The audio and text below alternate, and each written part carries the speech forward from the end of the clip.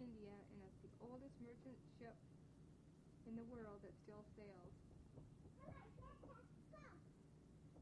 They planned to take it out in 1988, and they had it out in 1986, and it cost them $100,000. So they're trying to raise the money by 1988 to take it out for another trip.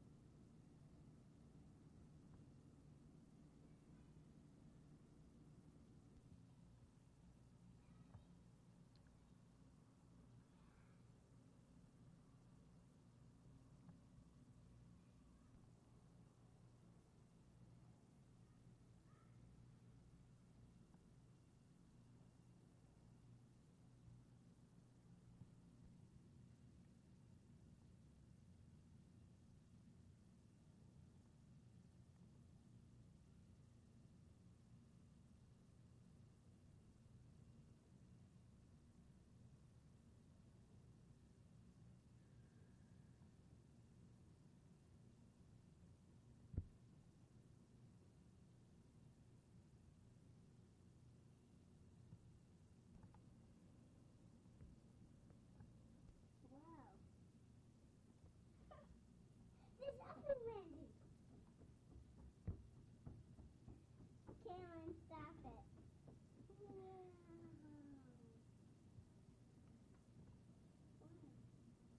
How? Is that beautiful? Said you were the river. Is that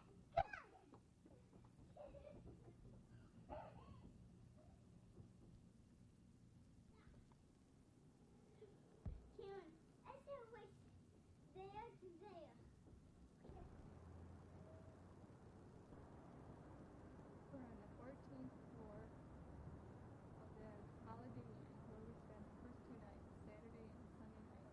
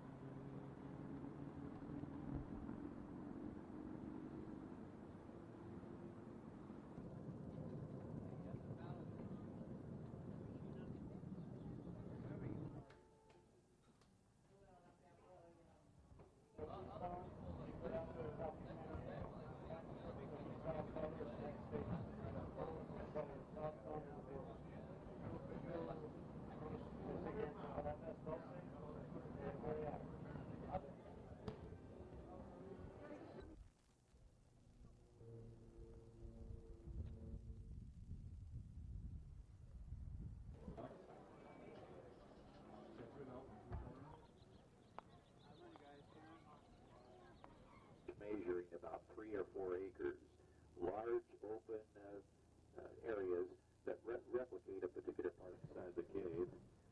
I think most of us are familiar with the principle. It could be an omelet maybe, but it's not going to hatch a chick. Been around here over 20 years. He's fathered 23 children. 23. And his latest is maybe now left. Little Annie was here last time I was here, but I don't see her out, and I know she was good with her awkwardness, and she'll pop right back up again. He runs fast. Read something a while back that said a running giraffe has upwards of 20 gallons of blood a minute pumping through his heart. These critters who, I believe, tuck in here about an hour before the zoo closes. These will go in a little bit before 4 o'clock. The other one's a few minutes after 4 o'clock. But the zoo to drive down without... Now, somewhere at the early stages, they will try to separate the little ones. Already done.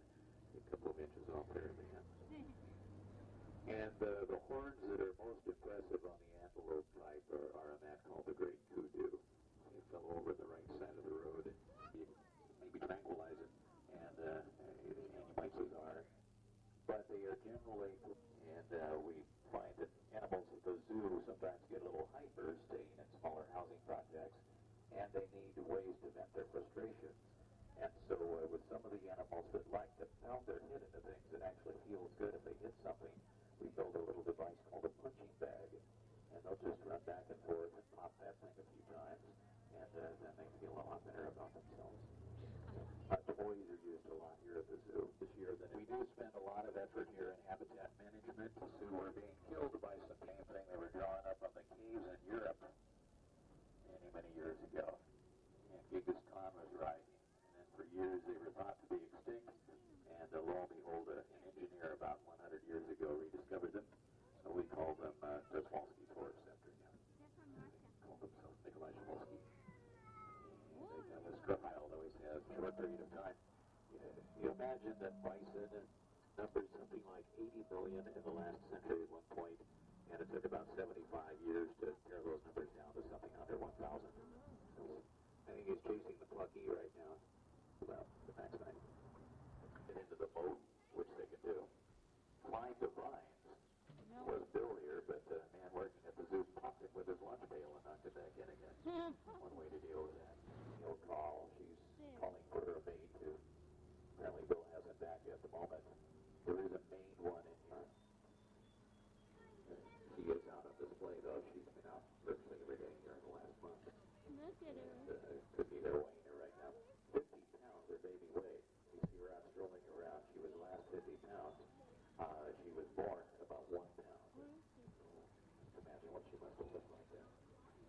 The polar bear is capable of adjusting to San Diego climate, not so much because of the fur coat has little to do with it, but rather because of the diet, which eliminates a lot of the blubber, a lot of the insulation that they get to protect it in the cold. So if you change their diet here, you can make it much easier to live in different climates. And there's one in here bigger than the one you see out right now, weighs about 1,000 pounds. He's a real monster. That's Mom. Go back to see your kid. Come on, kid. How you doing? She's old Tundra. Hey, kid. Yeah, one pound is better. And Mom says, let's do it this way. Now, she'll be in swimming lessons today, and it's really fun to watch because Mom will get out in the middle of the pool. And if the baby doesn't come out after her, then Mom will go drag her. She'll grab her by the neck or haul her wherever she can find loose skin and drag her out into the water and then let her go and swim back. So you're on your own. She can swim. The coloring that you see there will vary slightly from time to time, but it's very important to use a solution in the water to eliminate what otherwise tends to be the buildup of algae. And you get green polar bears and lives in that. Over to the snack bar we go. Do her mothering stuff, but she doesn't really know how to do things properly. If they're sophisticated parents and some of the techniques they use to care for their young, and one's never seen another one do it, it's not always instinctive. And sometimes they make lousy mothers, and so we have to hand raise their little one in the children's room. This little guy was born on July 4th, crawling around the rocks, and he was born in this country, and he's a bear, so what other name but Liberty? It's made by those people who make the science guy dog get with. And Mom likes that. Little guy is at that stage right now where he looks kind of like a bowling ball on legs. He rolls a lot. Little clumsy things like that. It's fun with life. Some taxonomists, they relate fairly closely to dogs. You see a little bit of your dog in them. And they do things like your dog. You teach your dog to shake, or to say, and hello. She's a skater, and he's a waver. She'll wave sometimes too. Hi. How you doing, my friend? Very nonchalant. Hi there. Hi. More emphatic now. Hello. How you doing?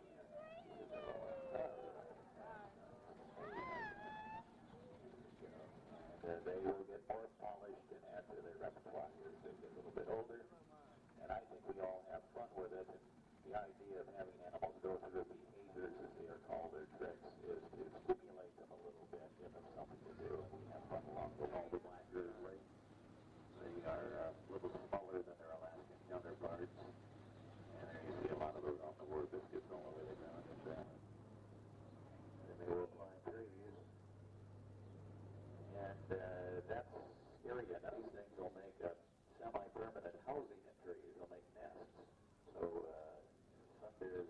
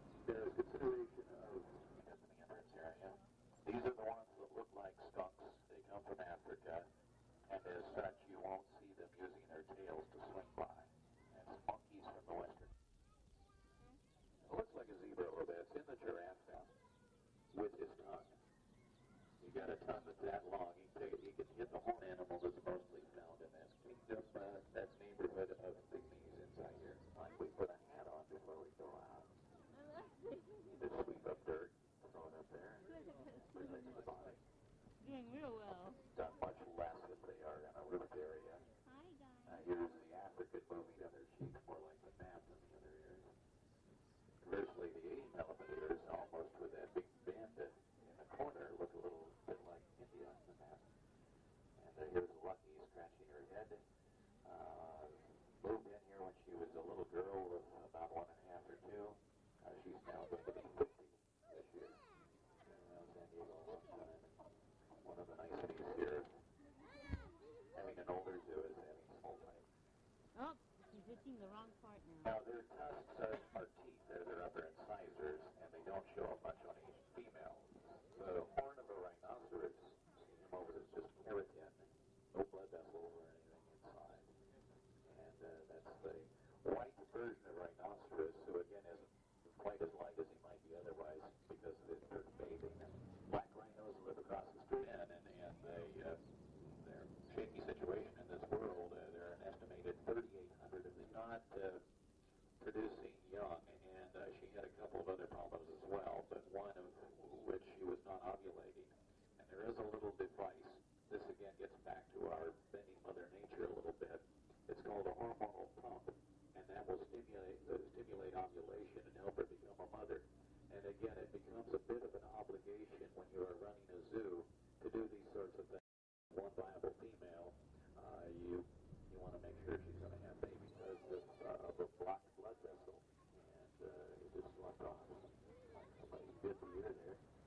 A nice classic pose. She takes a drink of water, remembering that the trunk is the nose, and they can't suck water straight through it. To feed it into the mouth there. The biggest mammal is a whale, and you get a large whale weighing about, a blue whale averaging about 100 tons even. They're much bigger than that. And we have a 5-ton elephant in here, so they're plenty large, but they're a larger animal. It doesn't look like somebody who belongs in a prehistoric setting who does, but were animals like these that were walking with the stegodons of the world many years ago. Some reports as many as 40 to 50 million years there were Asian rhinos on Earth.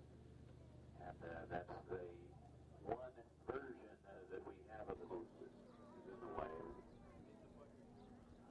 That's where one koala sits, a male, I believe. He's the one back in the barn where they're hearing him, willing to do you justice where you're.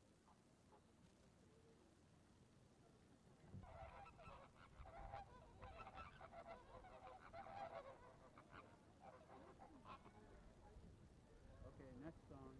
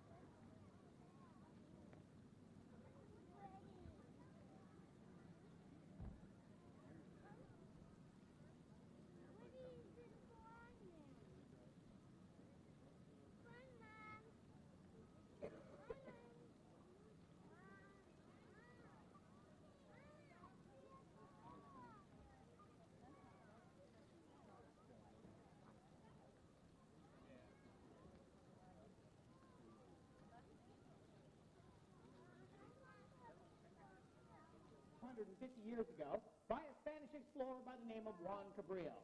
What we would like to do this morning is bring out 4 or 5 different species of animals that do live on the islands and show you how well adapted they are for life in the open ocean. Now, probably one of the most personable animals you'll find out there is the Rusty. He's 5 years old. Come on out here, Rusty. Attaboy. He is, as we have him chase the fish. Okay, Russ, you're on your way. There he goes. As you can see, he's perfectly adapted for swimming in the open ocean. Sea lions can hit a top speed of about 25 miles an hour. They also have excellent eyesight, excellent hearing. He can see and hear almost anything that's down in his environment. There. Right. Okay. He says he saw something in the water. We better let him check it out. Okay, Russ, take a look. Attaboy. boy, Rusty. Now tell us, kid, what'd you see? Yeah. Okay. He says he saw a shark. I don't think he saw a shark. See, Rusty's never even seen a shark. He wouldn't know a shark if he did see one. Would you, Rusty? A big shark? Good boy. You know, it is quite, thank you. It is quite possible that Rusty would be able to identify a shark because sea lions are very smart animals. We're going to show you just down on the deck one more time. Now, I'm going to place a couple fish right in front of his nose. He's not supposed to touch these fish until I tell him to. Now, if he does this correctly, he knows he's going to get a lot of fish later on. Don't touch him, Rusty. Lay down. All the way. Good boy. Stay there. You ready? There's 1, 2, 3. Now, Rusty signaled to take the fishes when I clap my hands. Of course, he'll totally disregard any hand claps from the audience. Are you ready? Yeah. Don't listen, Rusty.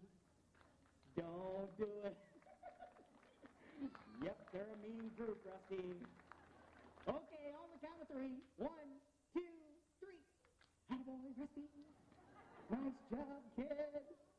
Okay, here it comes. No kidding around. There we go. How's that for a test of self-control? Thank you. Yeah, you did a great job out here, Rusty. You totally ignored all those mean people in the audience. You didn't worry about them clapping their hands. Good boy, Rusty. He loves this part of the show. Attaboy. Are you ready? Before you go, you need to give me a great big kiss, okay? Give me a kiss. Thank you very much, kid. I want you to go all the way out back. Rusty, all the way out back. Rusty, thanks a lot. That's Rusty. He has blue under his bill. This guy is called a Brandt's cormorant, and his partner's off to the far right-hand side. They can dive almost 150 feet below the surface of the water to go after their food. They're the same type of fishing bird that was used by the Japanese fishermen. The other two birds, the brown birds, you can see real close right up there. He has brown feathers, but he also has a yellow faceplate. He's another type of cormorant. They're called a double-crested cormorant. Now, double-crested cormorants live on 2 or 3 of the offshore islands. They seem to be very susceptible to environmental change. They will come back to the same nest year after year after year. Sometimes their nest can be as high as 6 or 7 feet tall. Now, there are 4 different types of cormorants that live in the Channel Islands. The double-crested is the only type that also nests in freshwater areas. We're going to bring out another couple inhabitants of the Channel Islands. These guys came from San Clemente Island, the southernmost island right there on the map. Their names are Alex and Norma. They should be entering on the far right-hand side. Here they come. How about a nice welcome for Alex and Norma? Hi, guys. These guys are known as San Clemente Island goats.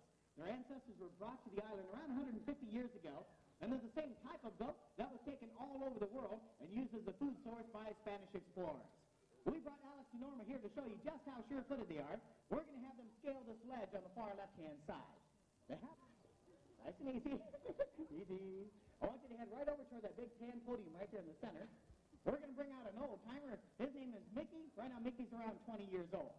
Hi, sir. Can you stand right here? What's your name? Hi, Stephen. How old are you? 5. Have you ever met a sea lion before? Nope. You're going to get your chance right now. Okay, Stephen? You look right back here. We're going to bring out Mickey. Mickey's 22 years old. He weighs over 600 pounds. Hi, Mickey. Attaboy. Good job. Take a seat right up here. All the way up. Easy does it. Good boy. I'll make the introduction. Ladies and gentlemen, this is Mickey. Mickey, say hi to the folks. Give him a big smile. I want you to take a look at how sharp his teeth are. Yeah, they're real sharp, huh? Well, sea lions use their teeth just for grabbing their food.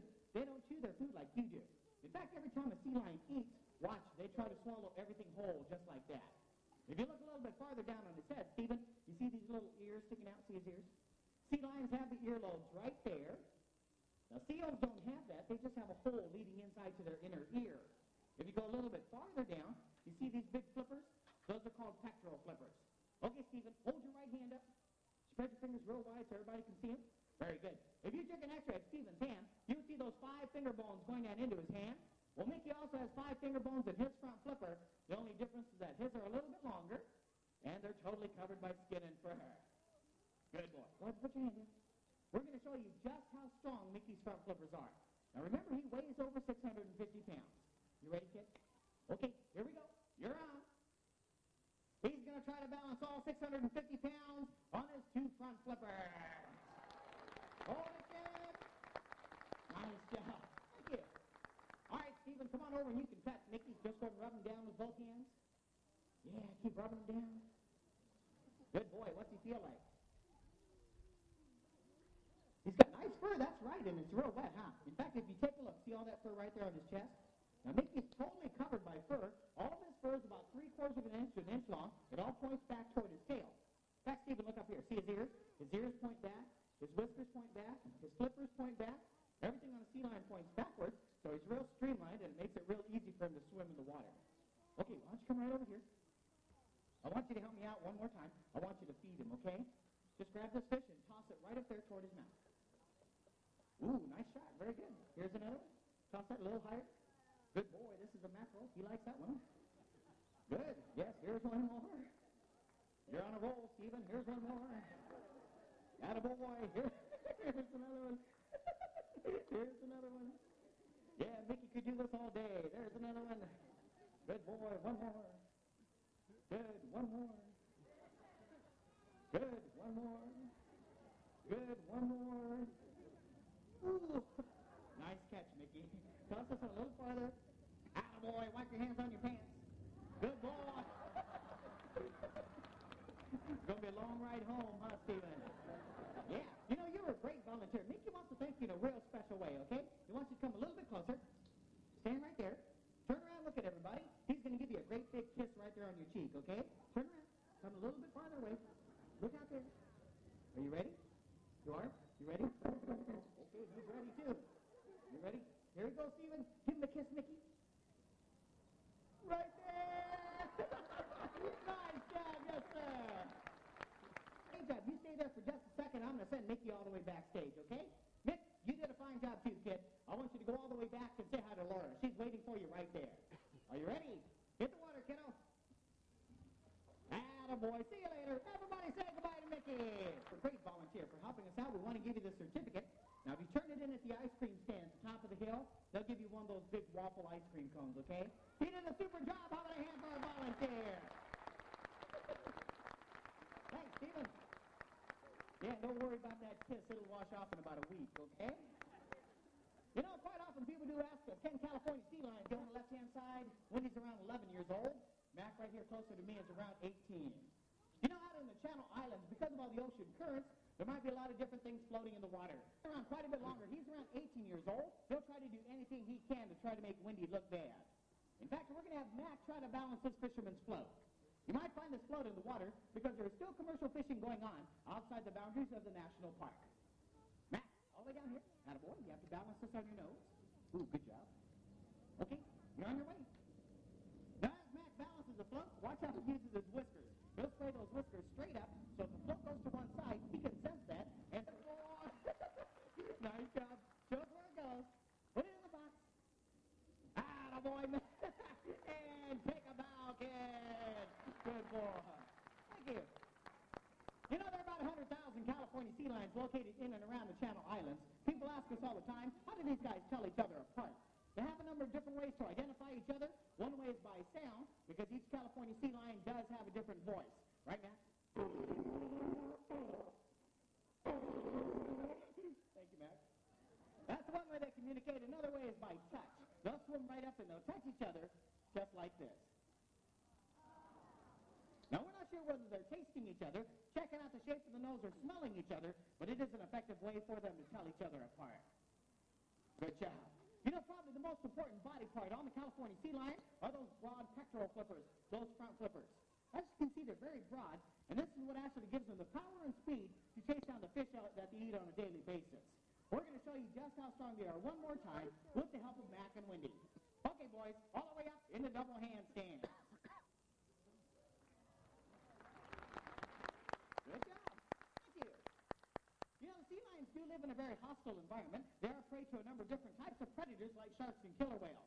We'd like to demonstrate a couple ways that they can get away from a predator by using the power in their front flippers only. Now, probably the first thing they would try to do is they would try to outswim the shark or the killer whale. So we're going to have Wendy show you just how fast he can swim on the surface of the water. Wendy, jump in the water. You're doing a fine job there, Max. Stay right there. Wendy, you have to go as fast as you can past those piles. Good boy. No, thank you. Actually, they have to outsmart the shark or the killer whale. They do have a couple extra maneuvers to allow them to escape from those predators. We're going to have Wendy, the youngster on the left-hand side, show you that first maneuver. maneuver is called porpoising. Wendy, come here, kid. Attaboy, all the way over to the rock.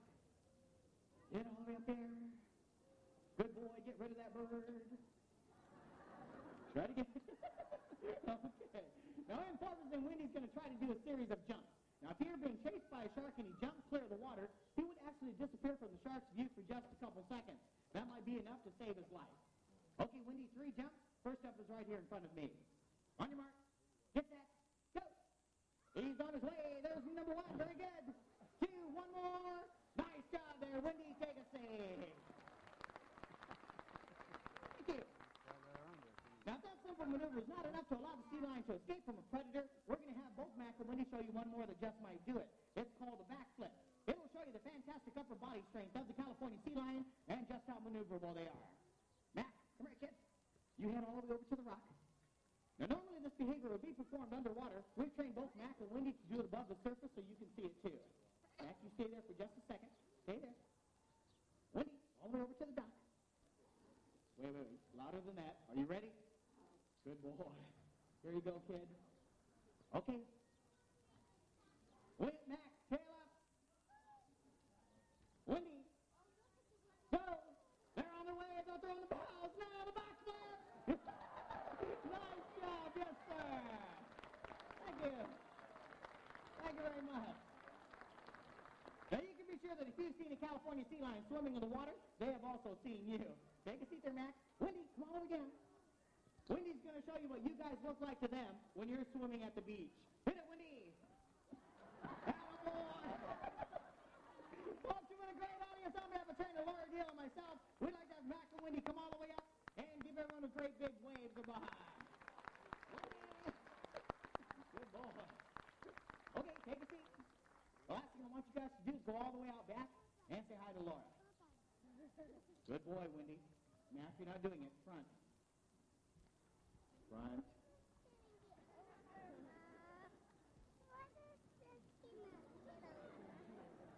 Okay, boys. Thanks a lot. See you later. Folks, you've been a great audience. What?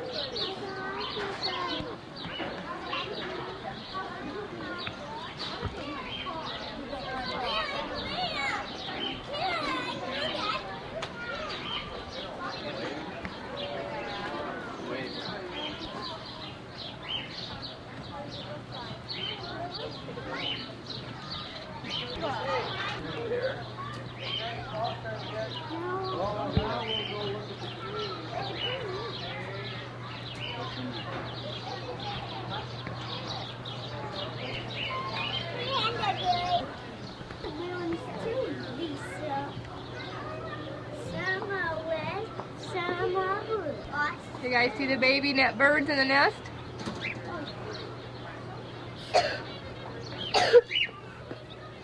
Yeah, No? they're in a cage. Mama, we can get out of here now.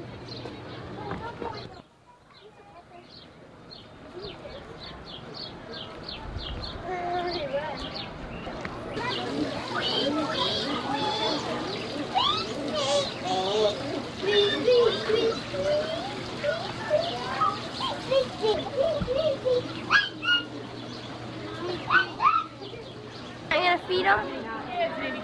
Mom, those eat paper. They eat milk. A pig, a pig. Everybody see a pig?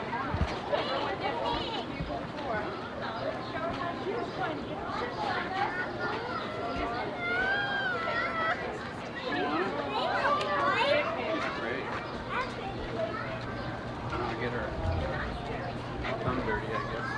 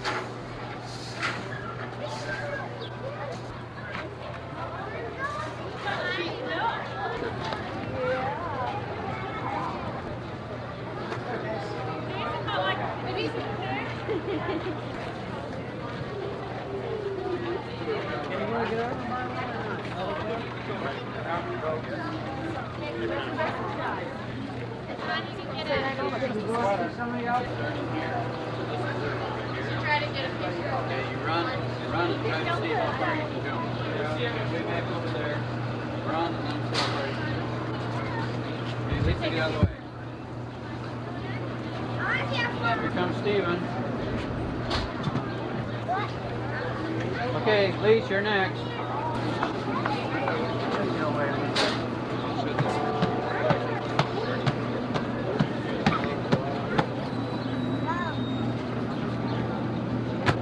Just about. Okay, here comes Gary. Talk, Karen.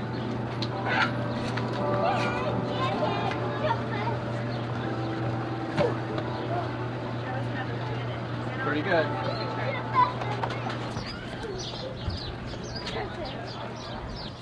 We got another thumb in the mouth picture. Okay, wait your turn. Don't walk. You're not your real. It does. Where's his head? Where is it? Where's his mouth? And his eyes? Where are his eyes? Yeah? Pretty good. Mom, wanna go in the cave? Mom, wanna go in the cave? Our animal. Right there. Walk out to the right. I know. Two over there. I'll take your picture. Now the nursery, is that the one we went in?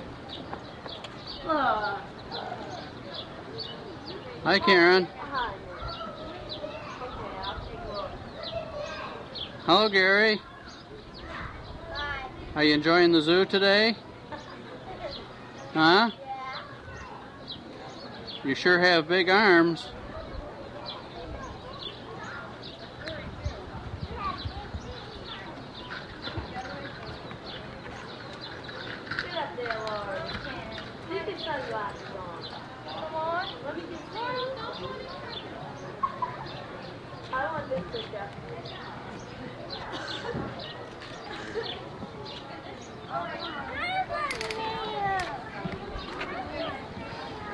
Especially when they're dry and they are protected by law under the Marine Mammal Act. Fortunately for Corky, he's not the type of seal, real fortunate Corky, that's desired for their fur. That's his very young cousin, the white harp seal. Now, seals and sea lions were probably some of the first animals to ever be trained on a food-positive reward basis. And as you can see, Corky has me trained real well. He's positive as long as he keeps hitting me in the shin with those 5 real sharp little toenails. I'll never forget to keep the fish coming. You don't normally see seals used in shows and performances because they do have so much difficulty on dry land. Fortunately, though, when you're shaped like a nice, fat, round little sausage like Corky is, there are 1 or 2 things that do come pretty easy to you. So let's show these folks what you can do. Cork, ready, whoa. Besides that, let's see some real good rolls. Attaboy. Keep on going. Hurry, quick. And 1 more time real fast, just like a little barrel. Attaboy, Cork. And although Corky's all the way in there, and right up and over the jump like a good little California harbor seal. Well, maybe he wasn't quite ready yet. We'll give him another chance. A little incentive. Okay, Cork, get a good swimming start this time and all the way up. And under. Corky, do you know what happens to bad little harbor seals who embarrass their trainers twice in a row? Pop! Aw, you're all wet. Well, maybe what Corky needs is a little bit of audience encouragement. What do you say? A nice warm round of applause? Okay, Cork, they're all cheering for you. Back in the water. Give it all you've got this time and jump. Listen, Super Slug. This is your last chance. If you don't make it over this time, you're going on an involuntary diet.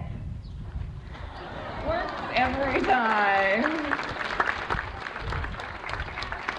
Diet is definitely no idle threat for our chubby little seal. He manages to inhale around 10 pounds of mackerel, smelt, and herring every single day. We have one last thing we'd like you to do for us, Cork. Slide it up here to the front of the stage.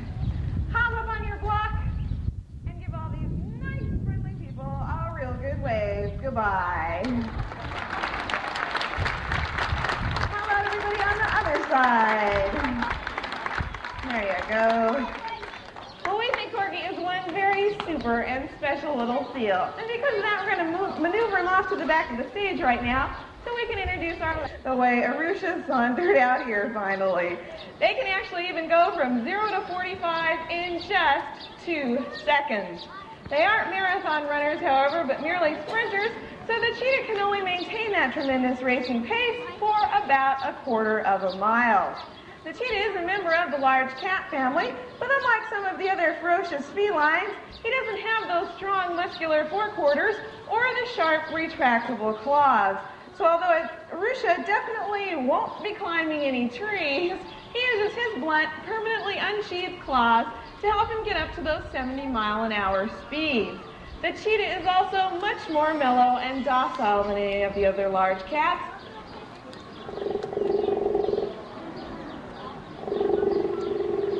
Nice motor, huh? And at one time they were very popular as pets.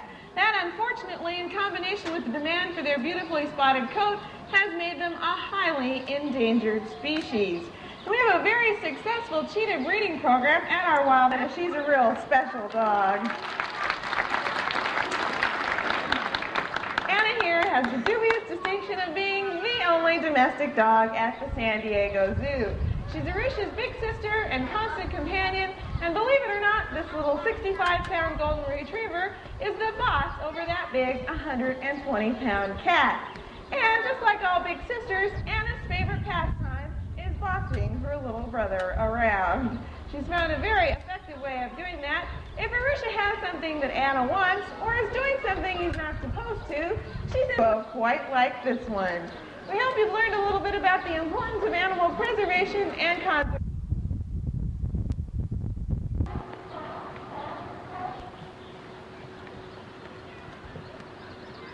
I'll put that back in there.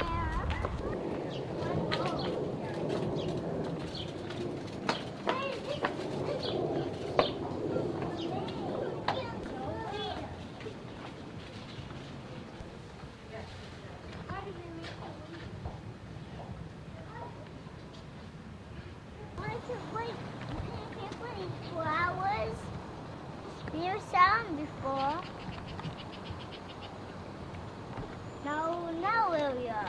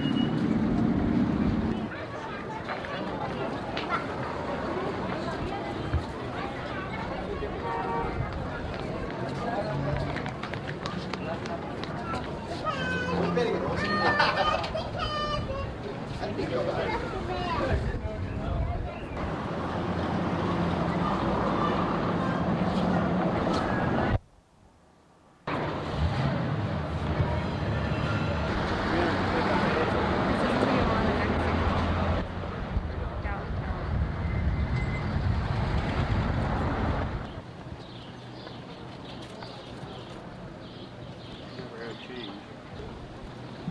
75, 85.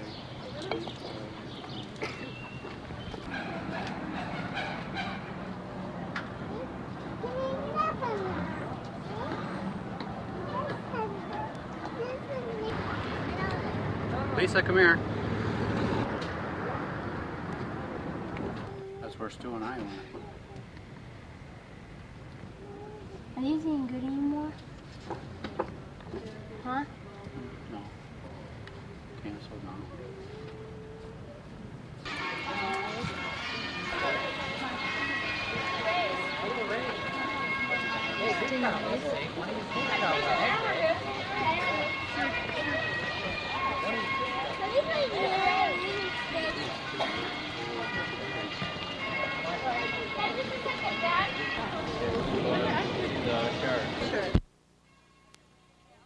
Now, oh my God, here comes another bunch. Atlantic penguins, once again, these animals are over 100 degrees Fahrenheit, or almost the exact opposite extremes of the penguins that you might find in the Antarctica or in our penguin encounter. Now, how come, you got a question? I suppose they lose most of their heat. Take a look at their body. Where? They're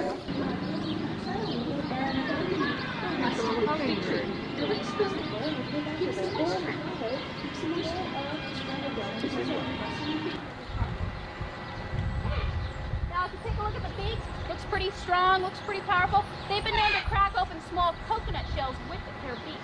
So very, very powerful. Also, very sharp toenails. Very, very handsome, like you were. One, of course. Anyway, we are exacting man, taking away their primary food source. So maybe the next time you order a pizza, what are you going to say? No anchovies. Good. Our numbers will start to increase.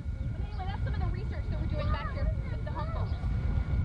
And all the water goes up into little holes. And as they collect it, he's been trained to work with people. If these birds haven't been trained to work with people, it's not a good idea to attempt to pick them up. And in fact, most people do use a very large glove when they're handling the birds, just because they have very powerful beaks and very sharp claws. And if they tend to lose their balance a little bit, they'll dig in. What a good bird. Hi! No, they're not mute. They do make a hissing sound, but these are known as mate for the life. Mate for life. The symbol of fidelity might be very proud. We're going to a brand new main entrance. So, And neither was I. Welcome to the castle!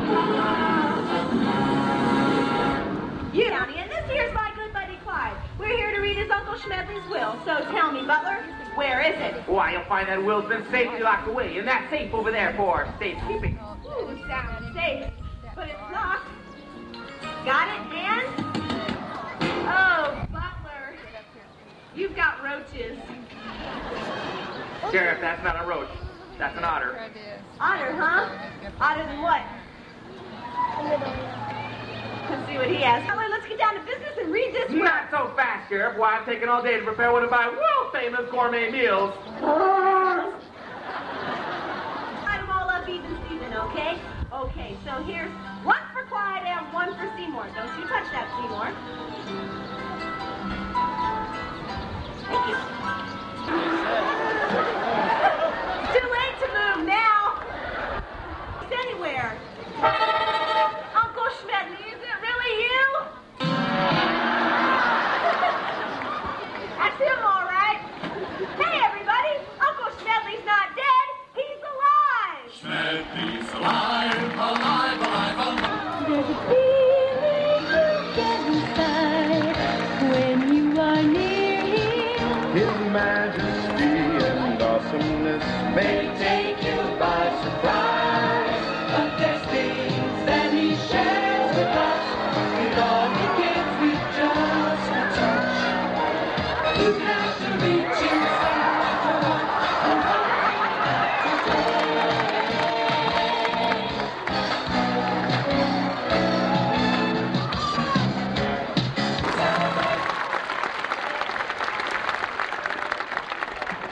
Well, thank you very much, ladies and gentlemen. My name is John Sillick. And I'm Jennifer Neasley, and together we'd like to welcome you to Shamu Stadium. You know, we're especially glad to be here today because we're celebrating Shamu, his past, present, and his future. take a look around us, you can see that we've collected some of our favorite moments with Shamu. Each picture tells a story. Seemed all right.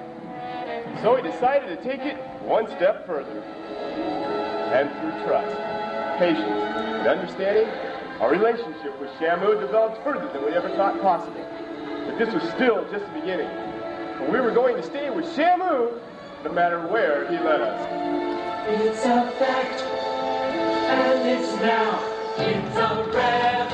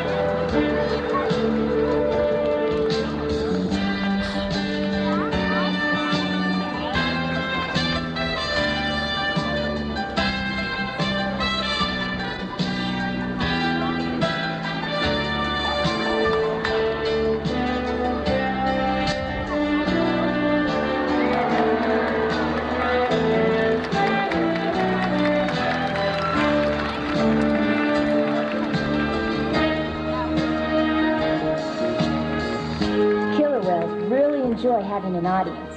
When they squirt the crowd and everybody jumps up and down.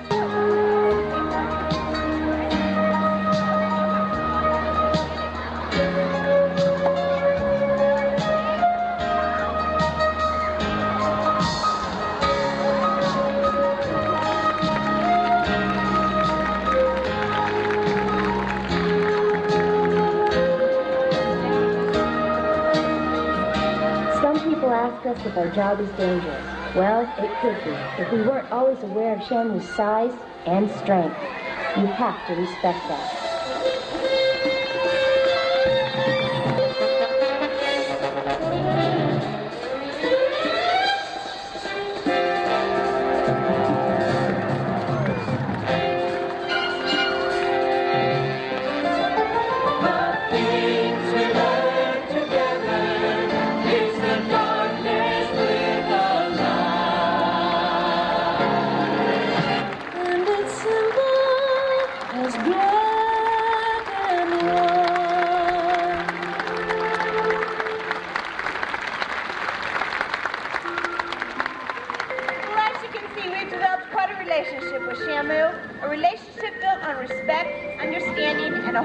Trust. And what better way to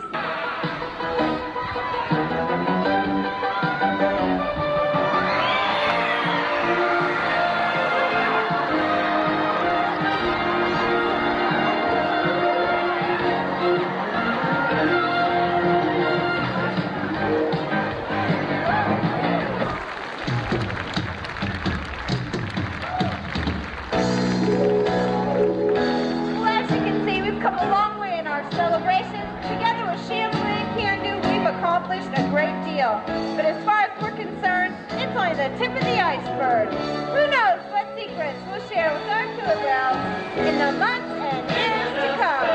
Now we're gonna celebrate all the work we do. It's for me and you. Ladies and gentlemen, we invite you back. Bye-bye, everyone. Have a great day. Swam, played alongside their sailing ship.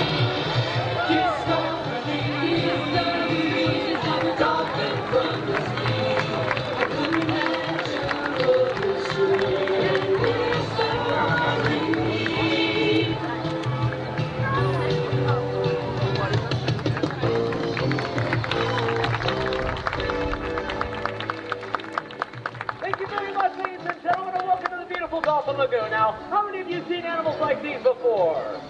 Just about everybody. That's terrific. Today we're going to give you a unique opportunity to discover these beautiful birds. This is Starbuck. Oh, wait a minute. He was just out here a few minutes ago. Hey, Cindy, Diego, have you guys seen Starbuck? No, you haven't. Wait a minute. What about you, Mark? Have you seen Starbuck? Well, he's got to be out here somewhere. He's a little freaky. Oh, there he is. And this is Starbuck. There he is. Starbuck's real special to us. He's one of over 40 dolphins born right here at SeaWorld, and that makes him just a little bit special. Well, now that our dolphins have been... Jeffrey? Hi, Jeffrey. Come on over here. We're going to get a chance to meet my good buddy Starbuck. Hi there, Starbuck. Now, the best way to meet a dolphin, Jeffrey, put your hands together just like that. Put your hands together for me. Just like this. Just a little higher. Now, dive in a little water right next to him, and it'll take you for a ride all the way around the lagoon. Ladies and gentlemen, this is Cindy and Sandy. Woo! Well, that was pretty good. Oh, you know what he just said right there? He says he wants to say hi. He can jump. He can jump pretty high. Not only that high, though, but a little bit higher. Al, you'll take the hurdle rope up. Starbuck's on his way. Woo! Okay, he'll need all that dolphin power to build up speed. Ladies and gentlemen, coming from the bottom, this is Starbuck. Woo!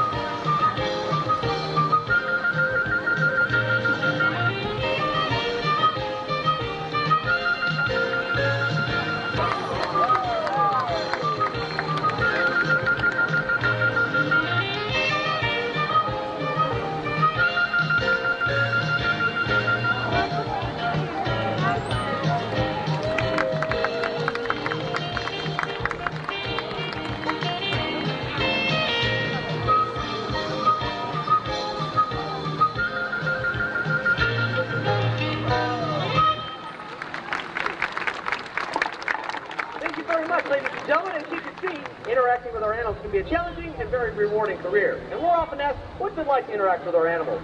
Well, our next volunteer is going to get a sample of that right now. Hi there. What's your... Stacy,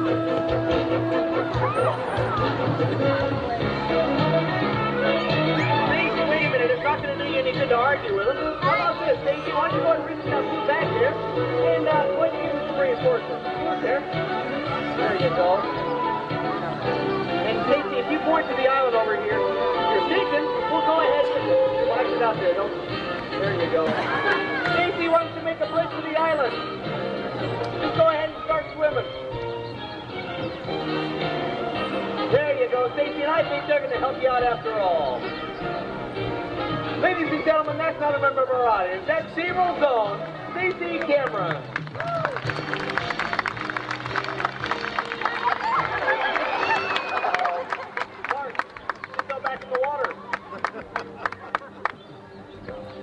Don't worry about a thing. Cindy and Sandy are on their way out there to help them out right now. Hey, did you guys go out there to see them? No. Go out there and see if you can find her. Quick. We don't know how long she can hold her breath.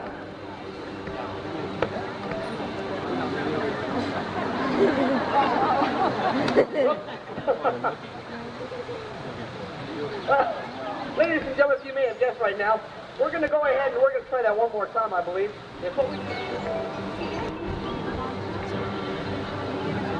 Everybody keep your fingers crossed.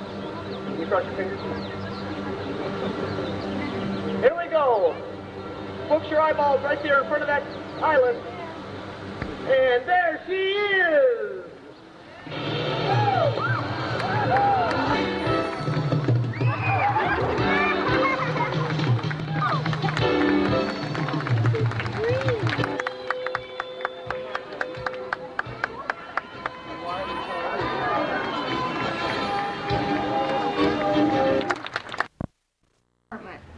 And they sink Karen's room.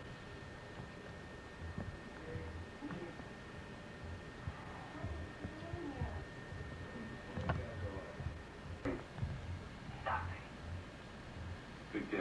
I'm surprised you don't believe me. After all we've been through together. But I forgive you. You're fighting your senses then, Joseph. We have them separated from the females basically because of the structure of elephant herds in the wild. An elephant herd is a matriarch who passes on yard as well, except on the left, which you can see him best. They'll usually stand somewhere among the animals in Africa, and this because they're unpredictable in charge. But really, any animal, when wounded, is considered to be very dangerous. And there's a Roosevelt's gazelle. Nilgai are capable of going for long periods of time without having to drink water. They'll prefer to drink around every 2 or 3 days. Wow! And they are nilgai. On their antlers when fully developed. There's the Indian Bower. The Indian Bower are the largest of the wild cattle. They can stand as tall as 6'4" at the shoulder, weighing somewhere close to 2,000 pounds. Her name is Churi. Those Ranas are born after around a 16-month pregnancy and they'll weigh close to 80 pounds or so. Ranas are endangered. They're poached for the horn. Goat nor antelope. They're thought to be a link between all three. The nose on the side is thought to be enlarged to moisten and get almost as big as the animals are the side of a lion with that kick. The dark fuzzy antelope only need to spend some of their time on water. Their skin secretes a special oil which helps to keep them a bit warmer and drier in the water than most of their animals would be. They're defensive water animals. They can't fly. Then the enclosure we left is North Africa. There isn't any around. They can get all the moisture they need from vegetation that they eat. And they're at it. Uganda giraffe are probably the rarest of the tallest of all giraffes. Giraffe will oftentimes give birth standing up, which means about a 6-foot drop head first for the baby will stand swatters. They have though been successfully introduced into game reserves. I'm told that their status is near secure. And they're black wildebeest. They're running stars. They're Patterson's eland. And he's just about 9 weeks old. White ranas are the second largest of the land mammals. They can weigh as much. There's some domestic water buffalo up there too. Yes, to a tree or something to get an of it out. They're paired Davids, or Chinese mule deer. There is some more tree we squeeze through some of the poles or jump over shorter ones. He's a little hard to see, but there is a goat in the tree ring behind the first tree from the left. It's another of the turkeys. Just a hill above the cashback. There's some hairy ibex. Male ibex, so those are the beautiful man up there too. And if you go to the left of the blankets, they're next to a pile of blue rocks. In 1967, there were just around 12 or so that were last seen. It's not considered a strong enough number to keep a herd going.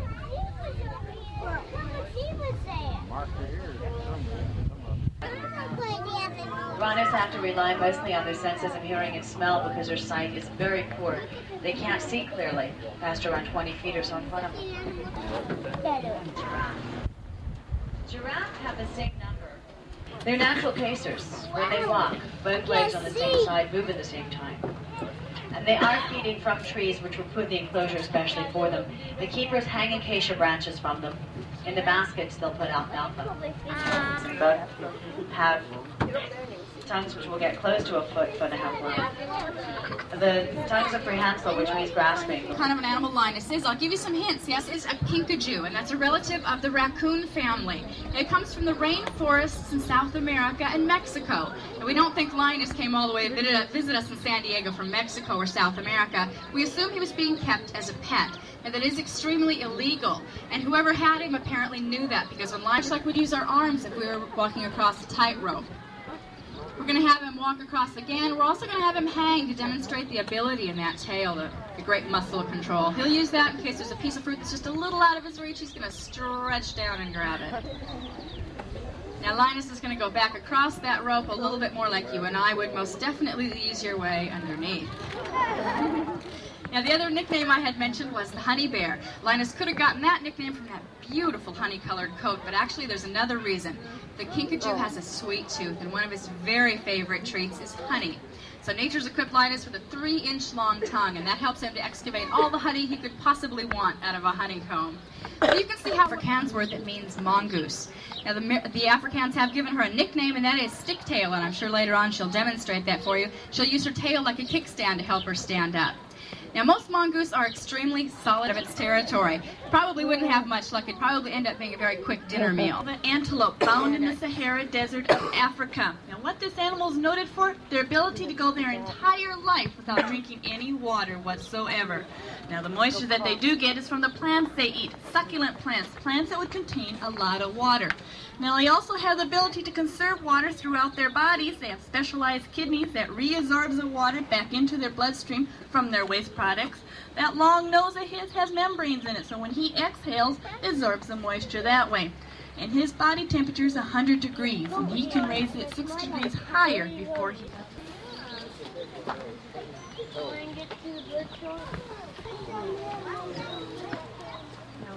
And put it in the bucket.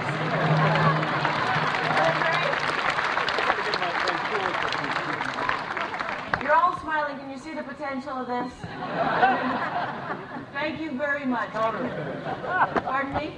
Yo-Yo placed the dollar bill in the palm of your hand, and when she does, just lightly close your fingers over the top. Did you also know that these birds can talk? Say something. Say, how are you?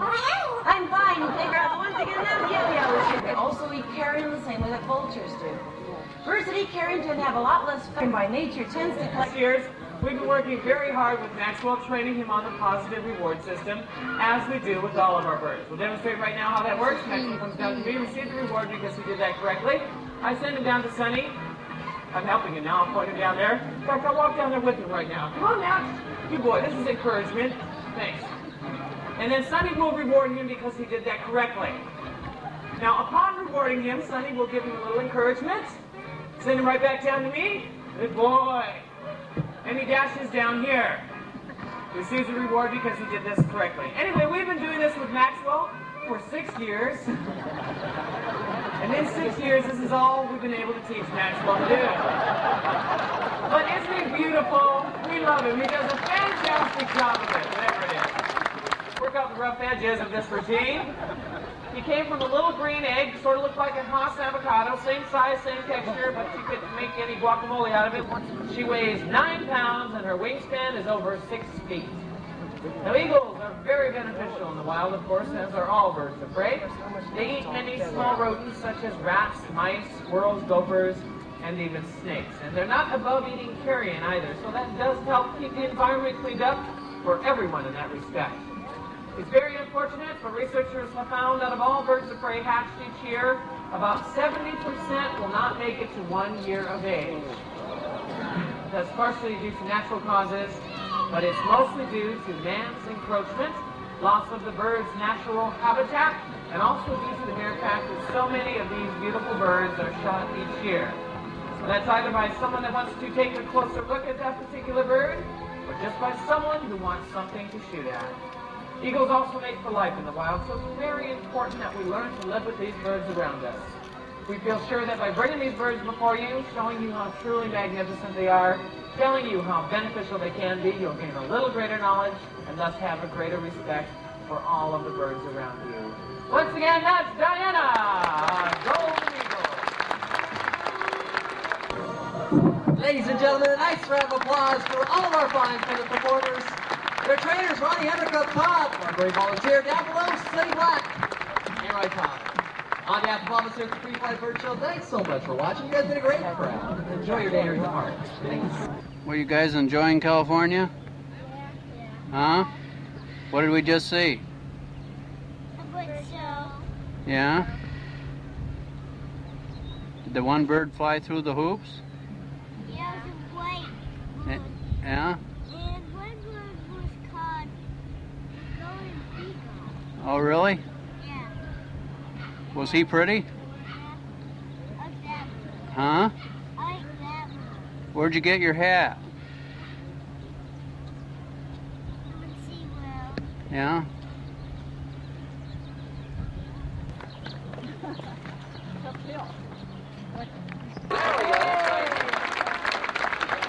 Now what we hope to demonstrate to each and every one of you today is how elephants have been used as semi-domesticated working animals over in the teak forests in India for over 3,500 years.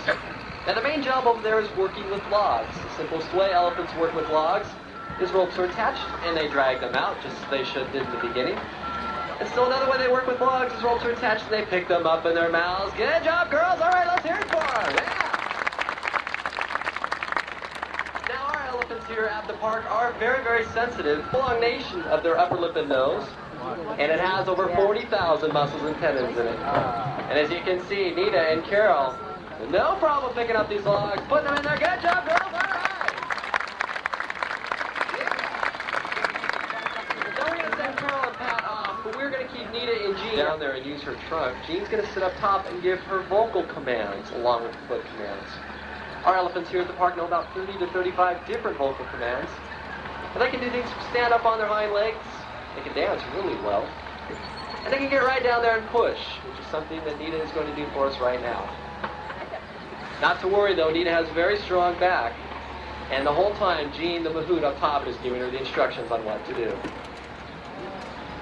Good job, Nita. All right. Get down there once more. Good. Thanks.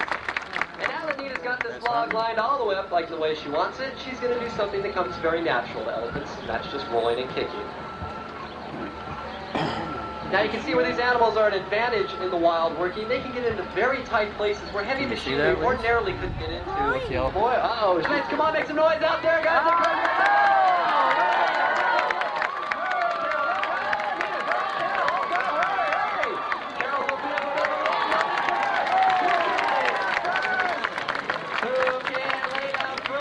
Carol's on her way down, but Nita's coming back, and Nita lays down real quick.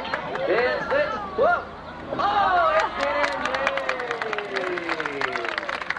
51-0, but Pat, your perfect record is still intact. And, that is good to know. 11,000 pounds. All right, they are oohed and awed, Jean, so now make her rise up. All right, just make her rise up. Oh boy, it appears from this angle that Nita has a crush on Jean. You don't like my humor? Would you like some help? Okay, I'll give you some help. I was reading in the National Enquirer, which is a very reputable source, that elephants are very, very ticklish on their sides, and I'm sure if you touched her very lightly, she'll get right up off you. Yeah, right there on their side. They have a little diagram and everything. Woo! Hey, it worked! How about that?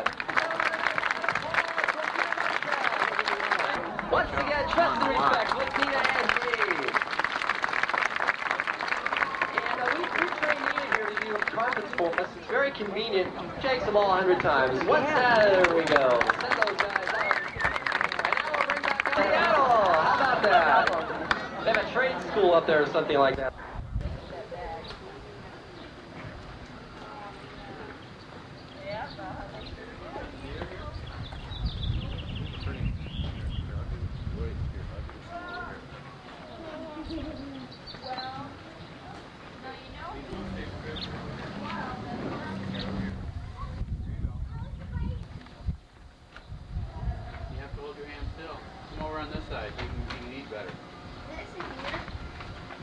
Please. Lisa, over on this side.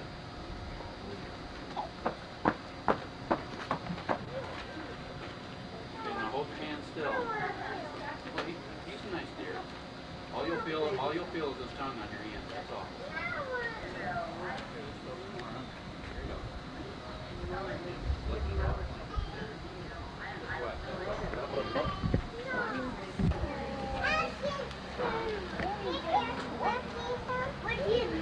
Steve, you want some? Here.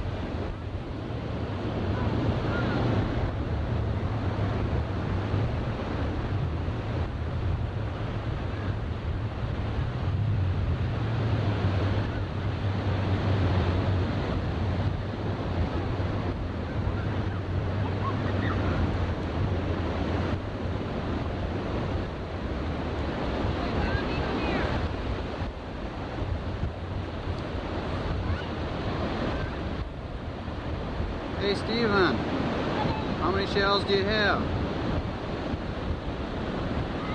Is that quite a few of them? Huh? How many do you have so far?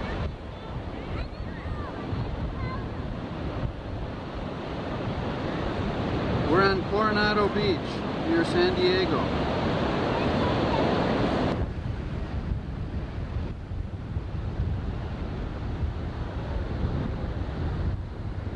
Karen, how many shells do you have so far?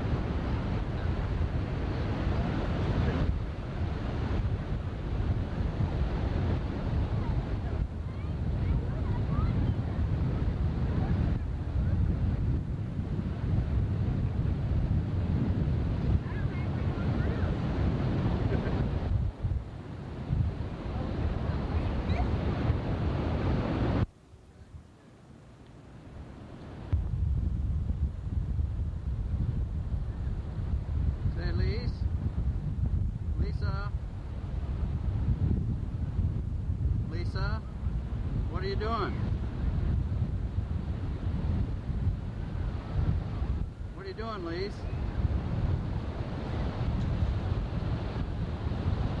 Lisa, hey kid, what you doing?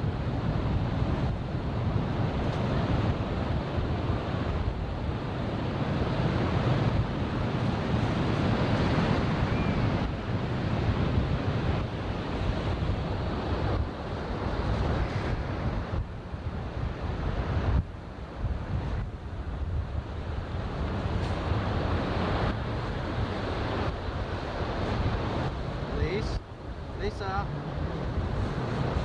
where's Daddy? Are you too busy picking up shells? Huh?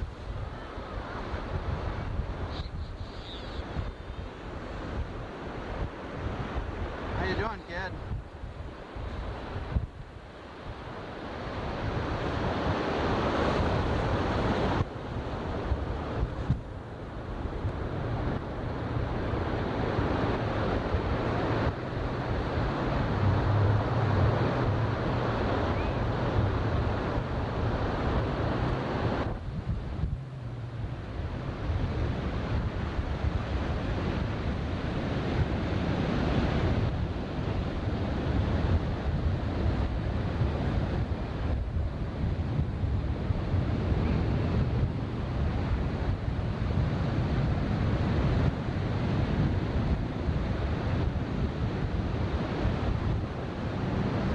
Find some good ones, Karen? Yeah. How many do you have so far?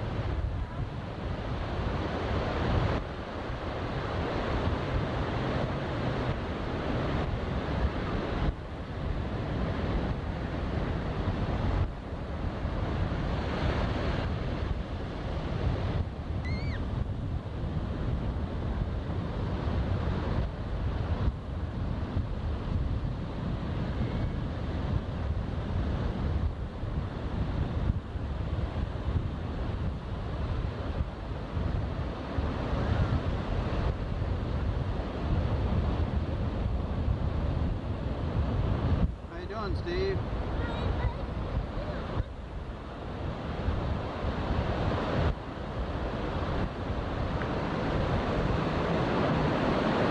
You having fun in San Diego? Huh? Show me your prettiest one.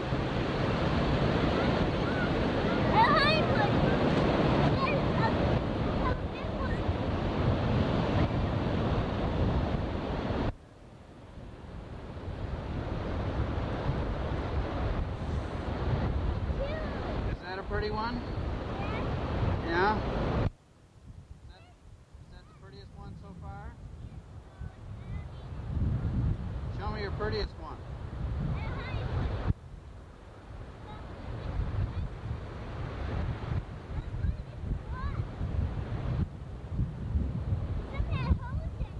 Oh, really?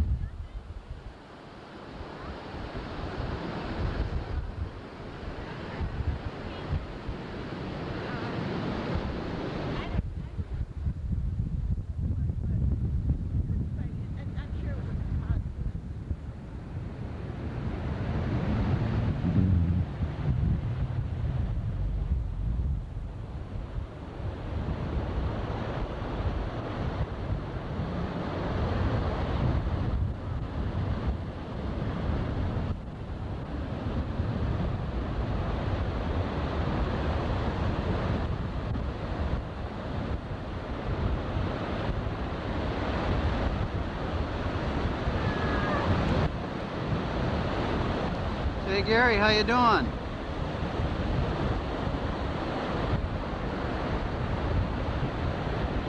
You got quite a few of them?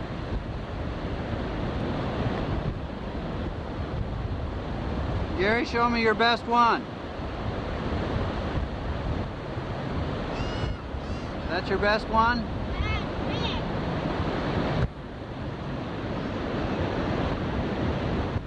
You having fun in San Diego?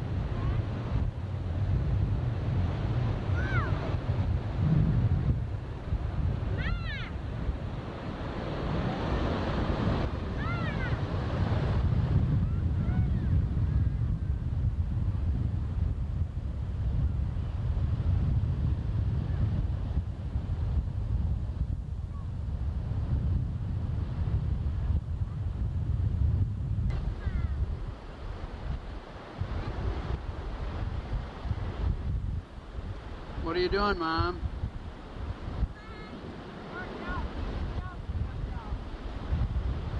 The waves make a lot of noise, don't they?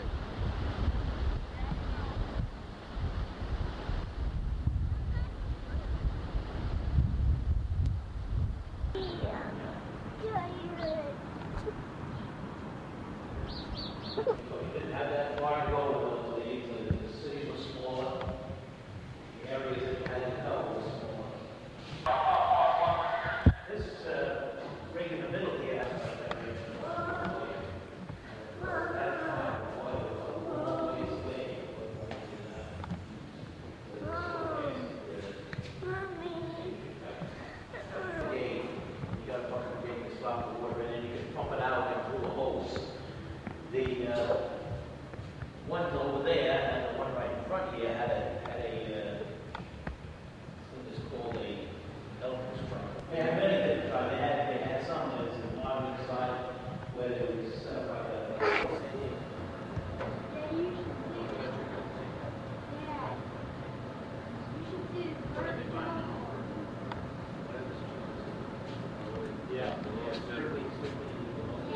Your fire is put out by the lowest bidder.